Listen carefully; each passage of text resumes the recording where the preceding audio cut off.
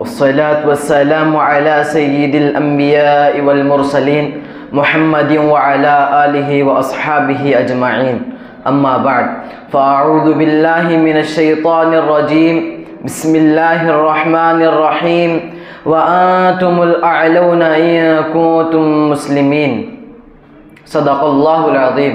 وہ معزز تھے زمانے میں مسلمان ہو کر، وہ معزز تھے زمانے میں مسلمان ہو کر، اور ہم خوار ہوئے تاریخ قرآن ہو کر۔ محترم بزرگ اور دوستوں، آج میری گفتگو کا موضوع مسلمانوں کی تباہی اور اس کا علاج ہے۔ آئے اس موضوع کے تحت آپ اپنی شاندار ماضی پر ایک نظر ڈال کر مستقبل کی ترقی و تعمیر کے سامان تلاش کریں۔ قرآن مقدس میں رب ذوالجلال نے ارشاد فرمایا وَأَنْتُمُ الْأَعْلَوْنَ إِن كُنتُم مُؤْمِنِينَ، کہ تم ہی سر بلند رہو گے اگر تم مؤمن ہو۔ ارشاد باری ہمارے پوری تاریخ کا اختصار ہے اور اسی میں ہماری ترقی کا راز مضمر ہے۔ تاریخ کے سینکڑوں واقعات یہ بتانے کے لائق ہیں جب بھی ہمارا رشتہ اللہ اور اس کے دین سے مضبوط رہا، کامیابی اور سربلندی آ کر ہمارے قدم چومی۔ اگر اس رشتے میں کسی قسم کی کمزوری آ گئی تو عزت اور رفعت کے پہاڑ سے ذلت و پستی کے غار میں جا پڑے۔ تاریخ ہمارے سامنے جنگ بدر کی مثال پیش کرتی ہے۔ جنگ بدر میں جو کامیابی ملی اسی رشتے کی مضبوطی کے بنیاد پر کامیابی ملی، ورنہ تو کامیابی ہوتی تو کفار مکہ کو ہوتی۔ کفار مکہ تقریباً 1000 تھے، بڑے جوش اور خروش کے ساتھ تھے۔ ان کے پاس 700 اونٹ اور 200 گھوڑے، نیز ہر ایک کے پاس تلوار اور دیگر جنگی ہتھیاریں تھیں۔ ادھر عبید، حنظلہ، عاص، حرس، امیہ بن خلف اور عبد المطلب جیسے شجاعت کے پیکر آزمودہ کار تھے۔ بیچارے مسلمان کل تعداد 313، ان کے پاس سواری کے لیے کل 2 گھوڑے اور 70 اونٹ، ایک ایک پر 3 4 سوار ہیں، بعض پیدل ہی سفر کر رہے ہیں۔ اگر کسی کے پاس تلوار ہے تو نیزہ اور کمان نہیں، کسی کے پاس نیزہ اور کمان ہے تو تلوار نہیں۔ دوستوں، جب مقام بدر پہنچ کر دیکھتے ہیں کہ کفار مکہ بلند مقام پر خیمہ زن ہو چکے ہیں جہاں پر پانی کی بھی فراوانی ہے، بیچارے مسلمان پست اور ریتیلی زمین پر خیمہ زن ہونا پڑا۔ اگر کسی کو پانی کی پیاس لگے تو ایک گھونٹ پانی پینے کو نہ ملے۔ الغرض جنگ کے اندر جتنے اسباب اور جتنی چیزوں کی ضرورت پڑتی ہے وہ سب کفار مکہ کو حاصل تھی۔ جب لڑائی شروع ہوتی ہے دیکھتے ہیں کہ کفار مکہ گاجر و مولی کی طرح کٹے جا رہے ہیں۔ ادھر ابو جہل جو کفار مکہ کا سب سے بڑا سردار 2 بچوں معاذ اور معوذ کے ذریعے مارا جاتا ہے، اور حضرت عبداللہ بن مسعود رضی اللہ عنہ اس کا اثر جسم سے جدا کر دیتے ہیں۔ دوستوں کہ جانتے ہوں کہ عبداللہ بن مسعود رضی اللہ عنہ کون ہیں؟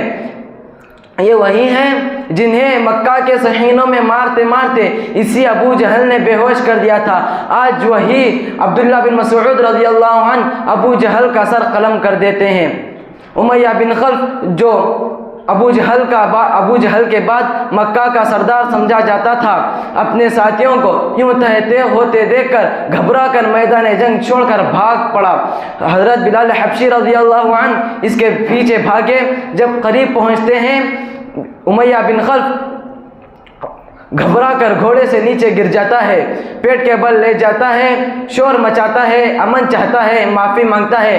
حضرت بلال حبشی رضی اللہ عنہ اس کے پیٹ پر نیچے سے تلوار چلا دیتے ہیں اور اس کو جہنم رسید کر دیتے ہیں۔ دوستوں کہ جانتے ہوں کہ حضرت بلال حبشی رضی اللہ عنہ کون ہے؟ اسی امیہ بن خلف کے غلام تھے۔ جب اسلام قبول کر لیا تو عرب کی تپتی ہوئی ریت پر لٹا کر پتھر کی بڑی چٹانیں سینے پر رکھ دیتا تھا تاکہ حرکت کر نہ سکیں۔ رات کو زنجیروں سے باندھ کر کوڑے لگاتا، اگلے دن ان کو گرم زمین پر لٹا کر اور زیادہ زخمی کیا جاتا کہ تکلیف سے بے قابو ہو کر اسلام سے پھر جائے یا یوں ہی تڑپ تڑپ کر مر جائے۔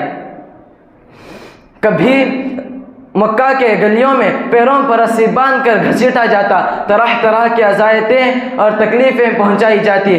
کبھی امیہ بن خلف کا نمبر آتا، کبھی ابو جہل کا نمبر آتا تو کبھی اوروں کا نمبر آتا۔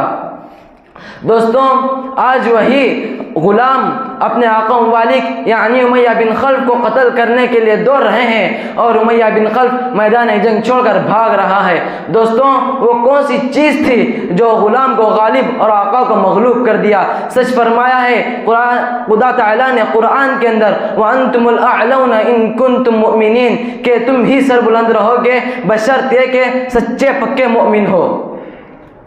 اسی طرح دوسرے کفار مکہ اپنے ساتھیوں کو یوں مقتول ہوتے دیکھ میدان جنگ چھوڑ کر بھاگ جاتے ہیں۔ 70 مقتول ہوتے ہیں اور 70 گرفتار ہوتے ہیں۔ مسلمانوں کو اس طرح کامیابی حاصل ہوتی ہے جسے تاریخ کبھی فراموش نہیں کر سکتی۔ افسوس صد افسوس آج جہاں دیکھیں جس طرف دیکھیں مسلمان خوفناک طوفان میں گھیرا ہوا ہے۔ مسلمانوں کے ابروں کو پامال کیا جا رہا ہے۔ مسلمان غلامانہ زندگی بسر کر رہا ہے۔ حضرات آج ہم اور تم اندلس کو نہیں جانتے۔ اندلس ایک وقت کی مسلمانوں کی بہت بڑی طاقت اور قوت تھی، مسلمانوں کی بہت بڑی طاقت اور حکومت تھی۔ وہاں مسلمان 750 سال حکومت کرے ہیں۔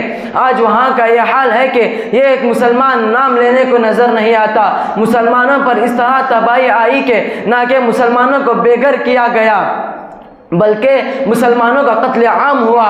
مسلمانوں کو اپنے مذہب چھوڑنے پر مجبور کیا گیا۔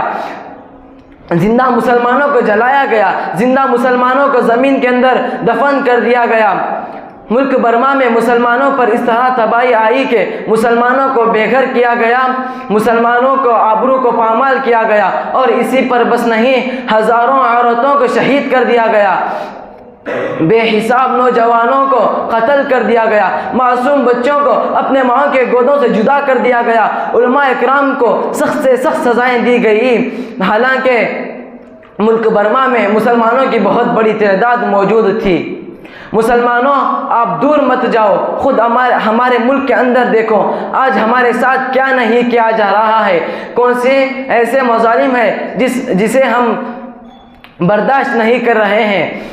حالانکہ اس ملک کے اندر ہماری حکومت رہی ہے، آج ہم یہاں اطمینان سے زندگی نہیں گزار سکتے۔ کہیں ہم کو قتل کرنے کی تدبیریں سوچی جاتی ہیں تو کہیں ہم کو ملک سے نکالنے کے منصوبے بنائے جاتے ہیں تو کہیں غیر ملکی کہہ کر ہم کو بدنام کیے جا رہے ہیں۔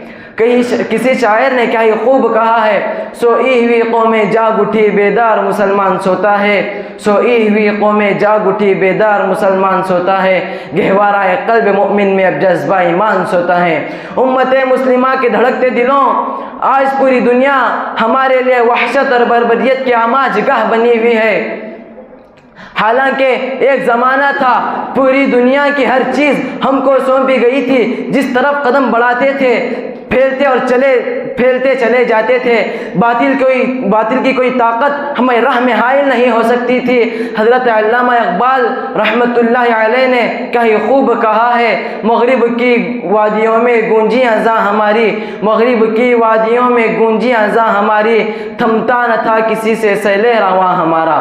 برادران اسلام ہمارے لیے دنیاوی اور اخروی صلاح و فلاح دونوں ہی ضروری ہیں، جس کا طریقہ یہ ہے کہ معبود حق کی پرستش کریں جو ہمارے رب اور خالق ہیں، اور تاجدار مدینہ احمد مجتبی محمد مصطفیٰ صلی اللہ علیہ وسلم کی پیروی کریں جو ہم لوگوں کے واسطے نبی آخر الزماں بنا کر مبعوث کیا گیا ہے، اور صحابہ کرام اکابرین اعظام کے نقش قدم پر چلیں جن کی آنکھوں میں جھلکتی ہوئی تصویر عبادت تھی، جن کے آنکھوں میں تڑپتی ہوئی ایمان کی حرارت تھی، جن کے ہونٹوں پہ مچلتی ہوئی قرآن کی تلاوت تھی، جن کا دل باد عرفان کا چھلکتا ہوا ساغر تھا۔ مسلمانوں آؤ متحد اور متفق ہو جاؤ، ایک جھنڈے کے نیچے چلو اور اپنے معاشرے کے ان برائیوں کو مٹاؤ، ورنہ تمہاری تباہی کی کوئی حد نہ ہوگی اور تمہیں سر بلند کرنے والی